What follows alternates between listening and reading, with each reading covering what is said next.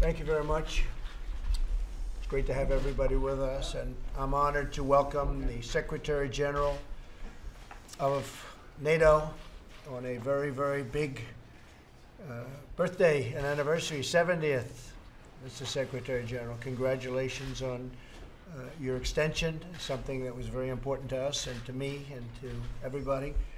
Over the past 2 years, the Secretary General and I have developed a very strong working relationship. It's been as good as it can be. We're both committed to ensuring that NATO can address the full range of threats facing the alliance today. And there are many threats, and I think also we've had and really taken many great steps forward. The United States alone accounts for the vast majority of NATO defense spending, and we really cannot rely on one nation to defend all. If you look at it, the disproportionality of what the United States is doing is really too great, but we're working on that. Over $100 billion in new defense spending by the end of, actually I think this year, but it could be 220, but I think by 2020, I think we'll have at least another $100 billion spent by the allies, the other countries, the 27 countries outside of ourselves. As we discussed in our meeting just now, we've increased the member contributions, and that will help really with the pressing security challenges, including terrorism, which we've really increased the scope of NATO. We said, you know, we have a new world problem that's not so new anymore, but it's called terrorism, different than when you were originally founded. A much different problem. It's a horrible problem. It's people that don't wear uniforms, and they're hard to figure out. But we've been very successful in Syria. We've got now 100% of the caliphate. We did it very rapidly, much faster than I was told it could be done. Our people did a fantastic job. So I just want to thank you very much for being here, Mr. Secretary General. It's been an honor to work with you. I would like you to extend my thanks to all of the allies. They have really put up a lot more money than they have in the past. I was explaining inside that if you look at a chart prior to our getting here, NATO spending was going way, way down. It was just a one-way road down, and since I became president, and with the help of Mike Pence and everybody, a lot of the people at this table, the difference has been tremendous. It's been a rocket ship up, and we have to keep it that way. So thank you very much, and please, I'd like to say a few words. Thank you so much, Mr. President, and thank you for hosting me and my delegation once again in the White House. And it's great to see you. It's great to be here, and thank you so much for your strong support and for your commitment to NATO and for your leadership, especially on burden sharing. NATO is a strong alliance, but to remain a strong alliance, we have to be a fair alliance, and therefore allies have to invest more in defense. You have a very clear message on that, and your message is having a clear impact, because allies have now started to invest more. After years of decline, we see now that all allies are investing more in defense. And since 2016, they have added more than 40 billion already. By 2020, it will be, as you said, 100 billion. And then we expect that to continue to grow. We need to do more, and therefore burden sharing, the defense investments, is a top priority for me in all my engagements with different NATO allies. We are also stepping up our fight against terrorism. All NATO allies participate in the US-led global coalition to defeat ISIL.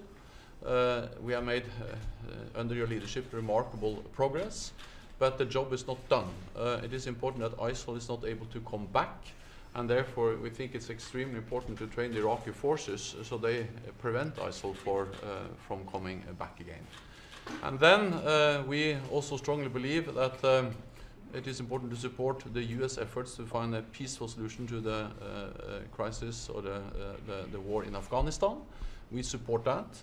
And then we are also working closer together with you in the way we respond to Russia.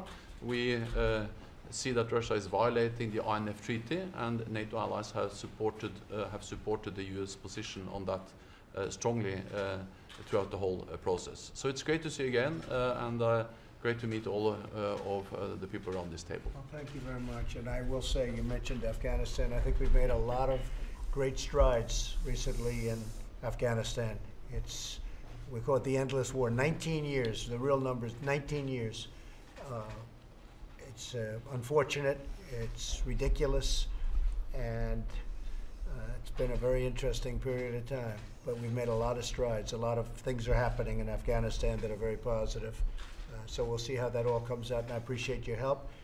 And Vice President Mike Pence, would you say a few words, Mike? Thank you, Mr. President. And I want to also extend my congratulations to Secretary General on the extension of your term for 2022. We welcome it. Your leadership at NATO has been a time of renewed strength in the transatlantic alliance. And as you responded to the leadership that the President provided.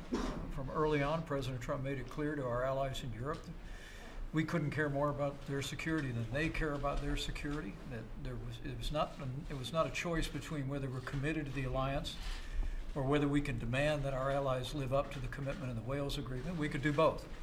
And Mr. President, I've witnessed the Secretary General in Europe, here in the States. I look forward to his remarks before the Congress tomorrow, where you can unpack what American leadership has meant to really renew this NATO alliance, seeing the number of countries that are on track to live up to their 2% commitment, more than double, $140 billion in additional defense spending for our common defense.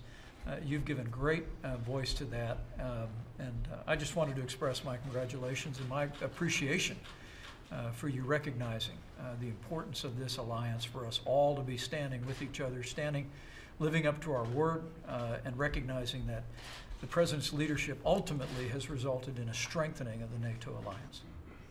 That is true. That is definitely true. Thank you, Mike. Pat?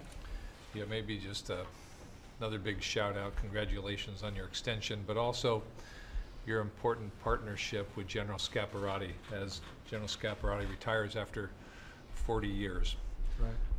The partnership's been significant in taking the cash and converting it into real readiness plans, and I think we'll see that in capacity and capability. So your leadership there, and then keeping the coalition together as we fight ISIS and take on these violent extremist organizations. So welcome to Washington, and we look forward to your speech tomorrow. We do indeed. John Bolton?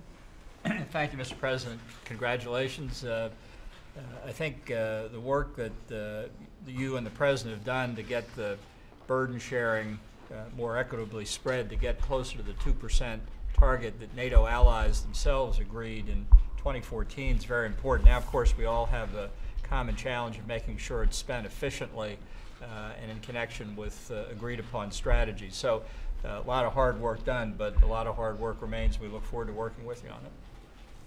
Thank you. Thank you very much. Thank you very much, everybody. Thank you. Appreciate it. Thank you. Thanks, President. Thanks, Brad. This way. Come on, sir. This way. China's going very well. Can you address the situation right this way, miss? All right, Right this way. Come on. Thank you very much, everybody. Thanks, Brad.